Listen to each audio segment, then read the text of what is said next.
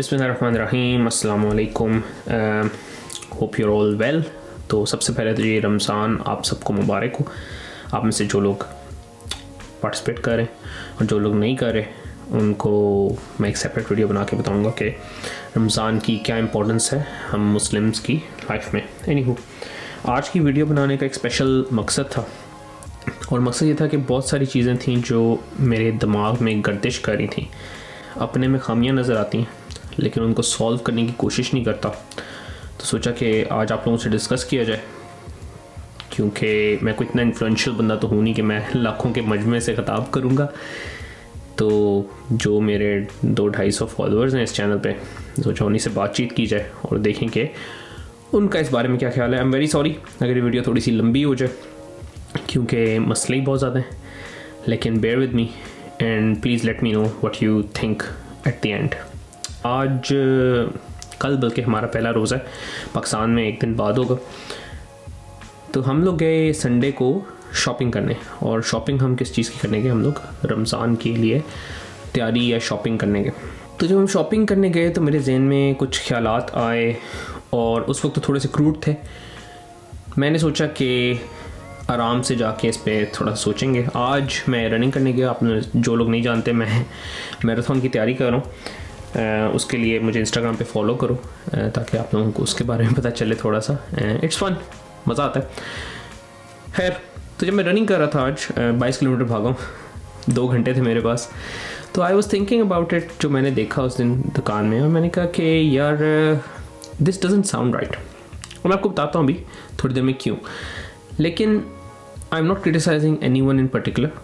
अगर मैं क्रिटिसाइज़ कर रहा हूँ तो अपने आप को कर रहा हूँ, और अगर मैं क्रिटिसाइज़ कर रहा हूँ तो एक जनरली कह सकते हैं मे बी ए माइनॉरिटी या मे बी 40% 30% लोगों को क्रिटिसाइज़ कर रहा हूँ। बहुत सारे लोग अच्छे भी होते हैं और उनको क्रिटिसाइज़ करना कोई मकसद नहीं। मकसद सिर्फ ये है कि हमें अपनी खामियां पता चलें ताकि हम उनकी इस्लाह कर सकें। सबसे पहले तो यू हैव टू एक्सेप्ट कि यार हमारे अंदर कोई डेफिशिएंसी है। जब तक आप लोग ये समझते रहेंगे यार नहीं वी आर परफेक्ट और एवरीवन एल्स इज़ रबिश, तब तक आप अपने आप को दुरुस्त करने की कोशिश नहीं करेंगे, आप दूसरों को दुरुस्त करने की कोशिश करेंगे। But there comes a point in life where you start realising कि नहीं यार, maybe problem is somewhere else. खैर, तभी मैंने हान को सुलाया, और सुलाने के बाद मैं इधर आके बैठा हूँ, एक चाय का कप लेके आया हूँ, टोपी मैं ज़रा सर पे पहने हूँ, सर में ठंड लग रही है थोड़ी सी, और रमज़ान का माहौल भी थोड़ा सा बन जाएगा। मैं इतना कोई रिलीजियस बंदा नहीं हूँ, लेकिन फिर भी कोशिश करनी चाहिए। खैर, तो इंसिडेंट ये हुआ कि यार वी वेंट शॉपिंग, और वहाँ पे मैंने देखा कि हर चीज़ महंगी हो गई। खजूरों का डब्बा जो हम लोग आम दुकानों में पड़ा था आम दिनों में 3-4 पाउंड का, वही डब्बा 10 पाउंड का 15 पाउंड का सेल हो रहा है।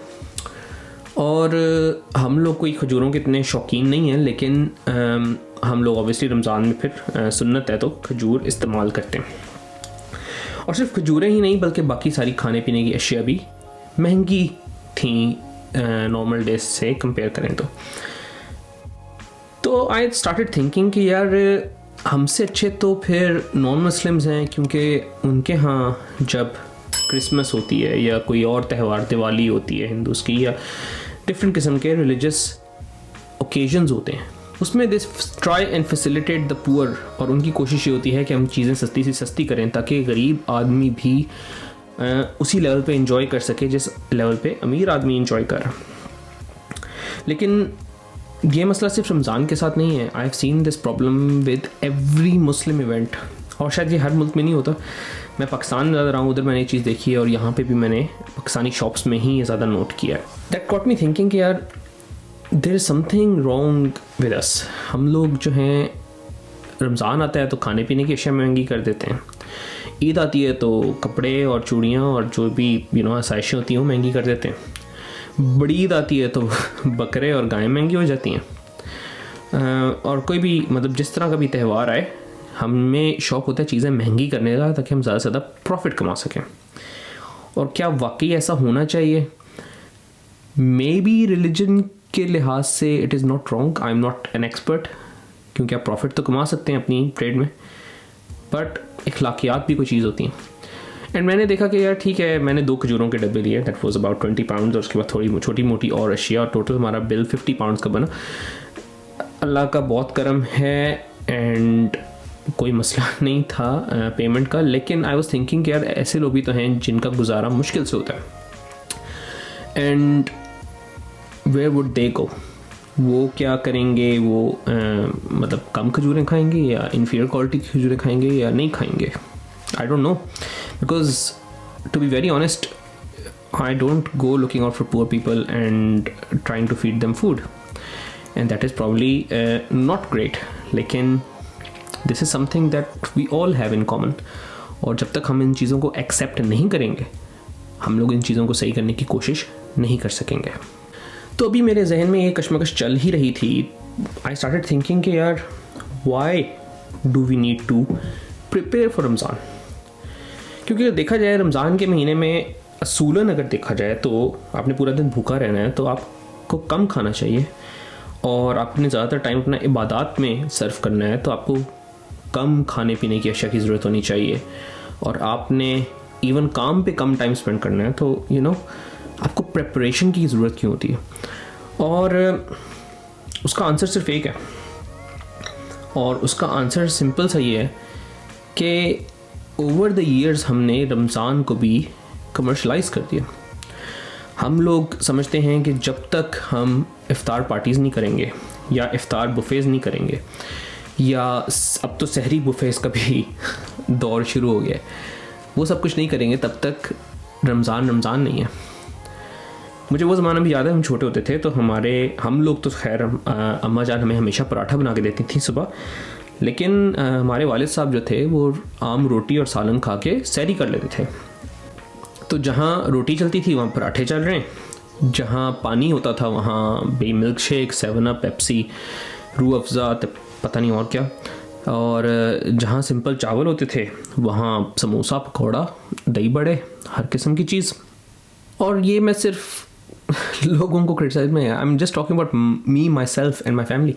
हम लोग सब के सब ये जानते हैं कि किसी भी इफ़्तार पार्टी में, किसी भी इफ़्तार बुफ़े में या सहरी बुफ़े में आपको खाने पीने का वो मज़ा नहीं आता जो आपको अपने घर में, स्पेशली अपनी माँ के हाथ के खाने का आता है। But still we indulge in these things. हमें एक सोशल प्रेशर फील होता है कि भाई फ़लाना बंदा इफ़्तार पार्टी कर रहा है तो हमने भी इफ़्तार पार्टी करनी है। आप दूसरे घर जाके दूसरों के सामने रिलैक्स होकर खुद के नहीं खा सकते। सेम इज़ विद सहरी बुफेज़। आप कहते हैं कि भाई हर कोई कर रहा है तो मैंने भी करनी है। हालांकि व्हाट इज़ द पॉइंट यार, आप पहले घंटा लगा के जाओगे ड्राइव करके टू दैट प्लेस, फिर आपको एक टाइम पे खाना खुलेगा, आप खाना शाना शुरू करोगे, फिर आप वो बफ़े का तो मज़ा ही नहीं रहा ना। बफ़े तो एक होता है कि आप जितना मर्जी खाते रहो, एक टाइम पे जाके आपका पेट भर जाएगा, टाइम ख़त्म हो जाएगा, you can not eat any more, then you have to come back home घंटे की ड्राइव करके। तो I seriously don't get the point कि हम किस जगह पे we made the mistake of changing Ramzan from a very very simple, humble, self reflecting month जिसमें आप अपने आप का जायज़ा करके अपनी खामियों को दूर करने की कोशिश करते हैं, and we completely commercialized it. It's all about extravagant food. It is all about extravagant कपड़े मस्जिदों में पहन के जाने के लिए, जुमातुल विदा की स्पेशल तैयारियाँ, एंड जो गरीब है उसकी प्लेट में चाहे रोटी जा रही है, पानी जा रही है, किसी को टेंशन नहीं। बस लोगों को टेंशन है तो इस चीज़ की कि हम लोग पार्टीज़ कर लें, हम लोग बुफेस खा लें। सिर्फ यही नहीं है, हर चीज़ बुरी नहीं है। इस महीने में बहुत अच्छे काम भी होते हैं, बहुत सारी ज़कात निकलती है, लोग चैरिटी भी करते हैं और अपनी हैसियत से बढ़ के स्पेंड करने की कोशिश करते हैं। अब वो स्पेंडिंग आप एक्स्ट्रावेगेंट काम में कर रहे हैं या आप वो स्पेंडिंग कर रहे हैं किसी अच्छे काम के लिए, दैट्स डिफरेंट मसरफ़ हैं, बट स्पेंडिंग तो हो रही है। वेलफेयर वर्क होता है, डिफरेंट चैरिटीज़ को ऑपरेट करने का मौका मिलता है, लेकिन कुछ लोग होते हैं जो कंजूस से कंजूस होते जाते हैं। अगेन मैं ये कहूँगा यहाँ पे कि आई am not talking about general public, I am just talking about may be a few minority. आप लोग ज़्यादा बेहतर जज हैं कि जो बातें मैं कर रहा हूँ ये किस हद तक और कितने लोगों के लिए दुरुस्त हैं। तो वही बात हो रही थी कि इफ्तार पार्टीज़ की वो तो कर लेंगे, they'll spend millions on it. मतलब I know people who have spent लाखों रुपया सिर्फ इफ्तारियों और सहरियों की पार्टीज़ करने में. उनके अपने घर में कोई आया, कोई मासी, कोई शेफ़, कोई गार्डनर ऐसा होगा जिसके घर में या तो बीमार बच्चा है जिसकी वो दवाइयाँ नहीं ले सकता, जिसके पास पैसे नहीं है, जो कर्ज़ों में डूबा हुआ है. वही लाखों रुपया अगर आप उस बंदे को दे दें तो उसके बच्चे का इलाज हो सकता है, उसके घर में राशन आ सकता है. बट उस वक्त उनकी मेंटालिटी होती है कि हम इसको तनख्वाह तो देते हैं, चलो थोड़ा सा ऊपर से और दे देते हैं, लेकिन पैसा नहीं देना इसको इतना ज़्यादा. जिस चीज़ का शायद एक गरीब आदमी को फ़ायदा भी हो. जितने लोगों को अपने पार्टी में बुलाना है वो अपने घरों में भी इफ्तारी कर रहे हैं. तो why just waste so much money? Why don't give that specific amount of money और फूड टू समवन पुअर जो उसको इंजॉय कर सके दिल से, खुश होके. और may be, I am not saying, obviously it's not my part two जज, मे बी अल्लाह ताला भी आपकी इस एफर्ट को देखे तो खुश हो कि कुर्बानी दे रहा है मेरा बंदा. और बात यहाँ पे ख़त्म नहीं होती यार, बात इससे कहीं ज़्यादा आगे जाती है. एक तो है ना कि आप किसी गरीब को खाना नहीं दे रहे, एक होता है आप एक गरीब के सामने खाना वेस्ट कर रहे हो.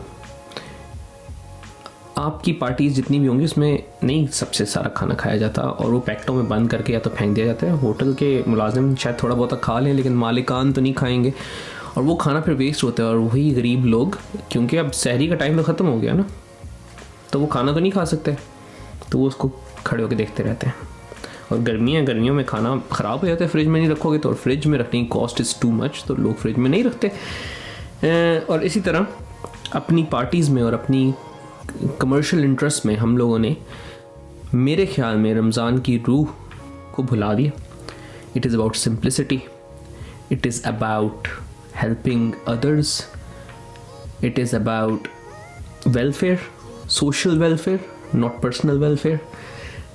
और इस चीज़ के ऊपर बहुत सारे लोग बात करने को तैयार ही नहीं होते और अपने फॉल्ट को एक्सेप्ट नहीं करते, मुझ समेत. I am very sorry to से.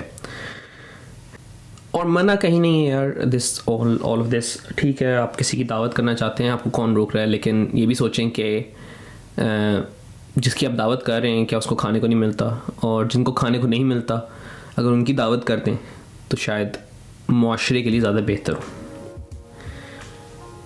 एंड देन आज भागते हुए जब मैं मज़ीद सोचना शुरू हुआ, जो अपने बचपन में मैंने चीज़ें विटनेस की, तो मेरे जहन में ख्याल आया कि यार this is not the only thing, खाना पीना is not the only thing. आप ने एक ऐसी सोसाइटी क्रिएट कर दी है जहाँ पे you feel no shame in asking someone about यार तुमने रोज़ा रखा है कि नहीं रखा. हालांकि रोज़ा जो है वो कोई आदमी आपके लिए तो नहीं रख रहा, और अगर किसी ने नहीं भी रखा आपसे ज़्यादा हाँ रखा है, आपके सामने नहीं खाए पिएगा, तो क्या वो अच्छा हो गया? झूठ तो बोला ना, इतना बड़ा गुनाह कर लिया. और अगर किसी ने रखा भी है और उसको किसी वजह से खोलना पड़ जाता है तो मजबूरी है उसकी भाई. It is not between you and him, it is between him and his Allah. और उसके दिल में क्या बात है, उसकी क्या मजबूरी है, शायद अल्लाह आपसे बेहतर जानता है. किसी के बैकग्राउंड में क्या हालात चल रहे हैं, उसको क्या बीमारी है या कोई और उसकी मजबूरी है जिसकी वजह से वो रोज़ा नहीं रख सका. You can not be the जज ऑफ दैट पर्सन. और eight the end of the day हिमाल जो होते हैं उनका स्वाब आपको नीयत के हिसाब से मिलना होता है. उसका स्वाब इस बेसिस पे नहीं मिलना होता कि मिस्टर XYZ आपके बारे में क्या सोच रहे. तो ये जो चीज़ है ना, अपने बच्चों के सामने और बड़ों के सामने जाके और अपने रोज़े कंपेयर करने की, वो आज तो बहुत मुश्किल था और आज तो बड़ा अच्छा था, और छोटे छोटे बच्चे हैं उनके दरमियान में कंपटीशन चल रहा है कि कौन पहले रोज़ा रख लेता है. ठीक है, थोड़ी सी इंकरेजमेंट होनी चाहिए, लेकिन do not make it a competition. उनको ये चीज़ ना दिखाएं कि भाई अगर आप रोज़ा रख लेते हो तो आप दुनिया के सबसे अच्छे इंसान हो, चाहे आप नमाज़ पढ़ते हो नहीं पढ़ते.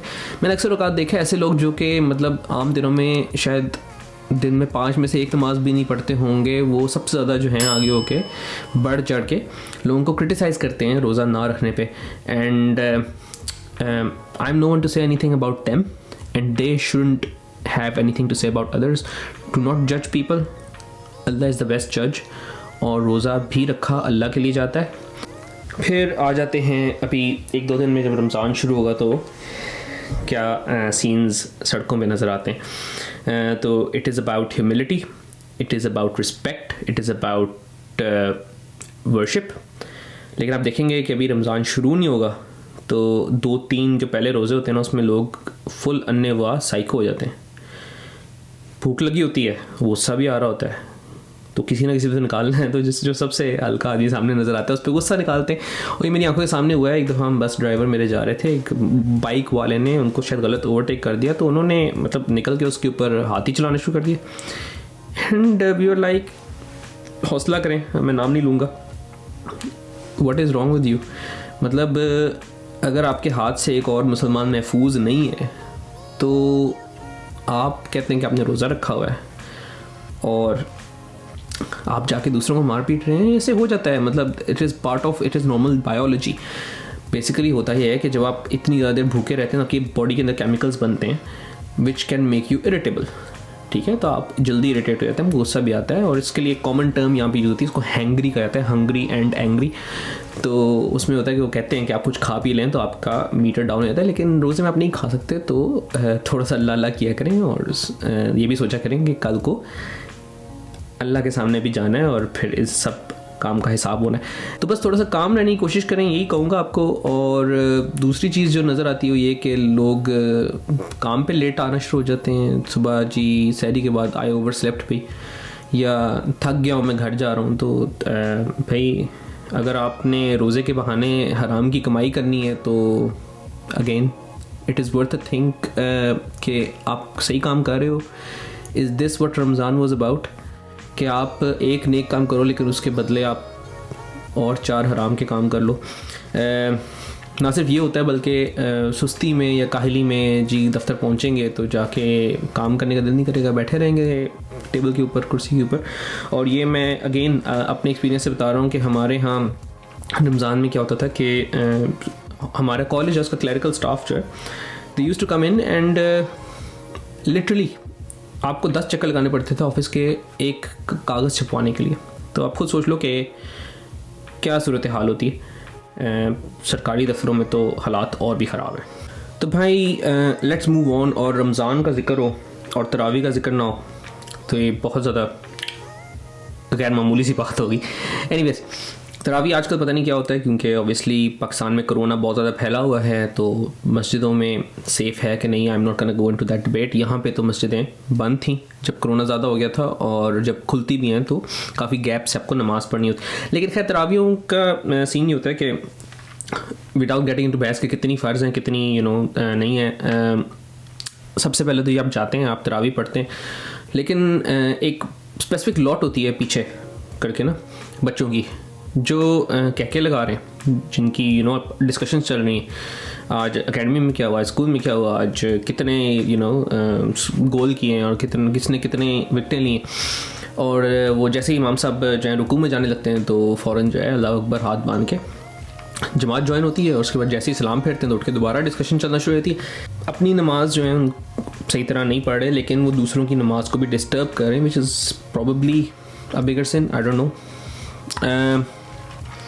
और उसकी रीज़न क्या है? उसकी रीज़न ये है कि हम लोगों ने अपनी यूथ में एंड एज अ रिज़ल्ट अपने बड़ों में एक सूडो किस्म का कॉन्सेप्ट बना दिया है कि भाई अगर आपने 20 तरावी पढ़ ली ना तो आप पूरी सोसाइटी के बेहतरीन आदमियों में से एक हैं। तो होता ही है कि जैसे रमज़ान आता है सारे 20 तरावियाँ पढ़ने के लिए मस्जिद में खचाखच भर जाते हैं, और वो तरावी में क्या हो रहा है नो नोज़। घर वालदैन तो या तो घर बैठे हैं या वो अगली सफ़ में, उनको क्या पता पीछे क्या चल रहा है। 30 सिपारे पूरे होते हैं कुरान के, तो मस्जिदों में सन्नाटा हो जाता है। जैसे पहले मस्जिदें भरी होती हैं, किसी को खड़े होने की जगह नहीं मिलती, अगले दिन 1 या 2 सफ़ में नमाज़ें चल रही हैं। हालांकि with the passage of time, specially आखिरी अशरे में फ़ज़ाइल ज़्यादा हैं, तो आपको शब कदर भी ढूंढनी है उसमें, और सवाब कमाना है, दोज़ख से निजात हासिल करनी।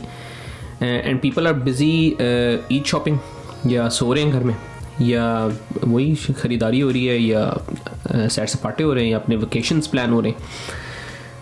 तो बात करने का मकसद ये नहीं है कि आपको ये सब कुछ नहीं करना चाहिए। बात करने का मकसद ये है कि भाई डोंट क्रिएट फॉल्स इंप्रेशन कि भाई आप तरावी पढ़ लो तो बाकी सब कुछ जो है ना मल्टीप्लाई बाय 0।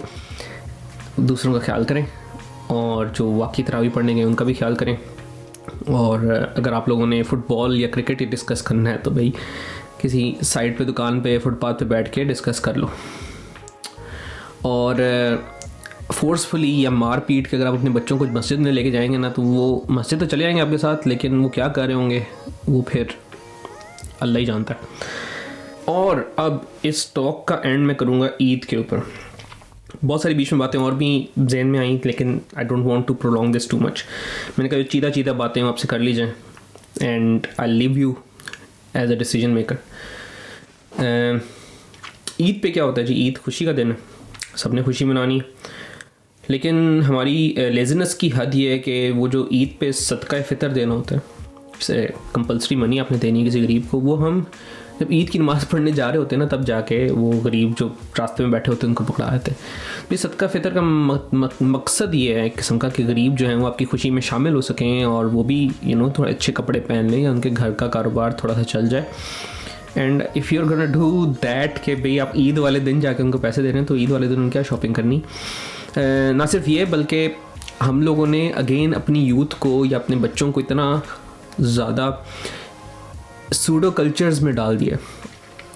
ईद के जी गिफ्ट चल रहे हैं, या ईद की ईदी चल रही है, और जितने बड़े घर का बच्चा होगा उतनी ज़्यादा उसको ईदी मिलेगी। मतलब एक बच्चा उसको 100 रुपये की ईदी मिल रही है जो एक लोअर सोशो इकोनॉमिक क्लास में बिलोंग करता है, और एक very high socio economic class में जिसमें 10,000 15,000 20,000 ईदी चल रही है। तो बच्चे को एक्सपेक्ट करना शुरू करते हैं भाई, बच्चे किसी घर जाएंगे, उनको अगर 200 रुपये की ईदी मिलेगी, दे विल इग्नोर इट। इसी तरह जो कम कमाने वाले बच्चे हैं, वो जब किसी घर में जाएंगे, उनको अगर कोई 1,000 2,000 3,000 पकड़ा देगा, तो उसके पेरेंट्स विल फील बर्डन्ड भाई कि इतने ज़्यादा पैसे आप हमें दे रहे हैं। तो हेल्प करनी चाहिए, जैसे मेरी इस पूरी टॉक का मकसद ये था कि आप हेल्प करें, लेकिन there are other ways to help others. ये नहीं कि आपने ईदी ही देनी है, क्योंकि फिर किसी को बर्डन नहीं फील होना चाहिए।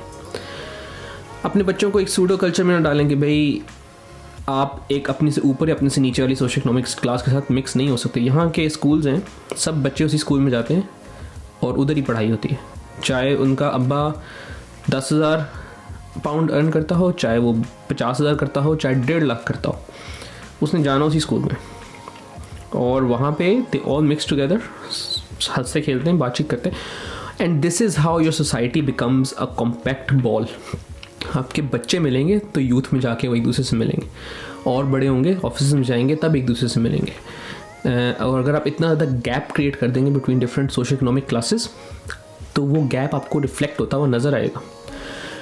एक मिडिल क्लास बंदे को शायद ना पता हो कि एक लोअर इनकम क्लास के बंदे की क्या हार्डशिप्स हैं, या एक लोअर क्लास बंदे को ये ना पता हो कि एक हायर क्लास जो बंदा है उसने क्या एफर्ट किए तो हायर क्लास में पहुंचा है।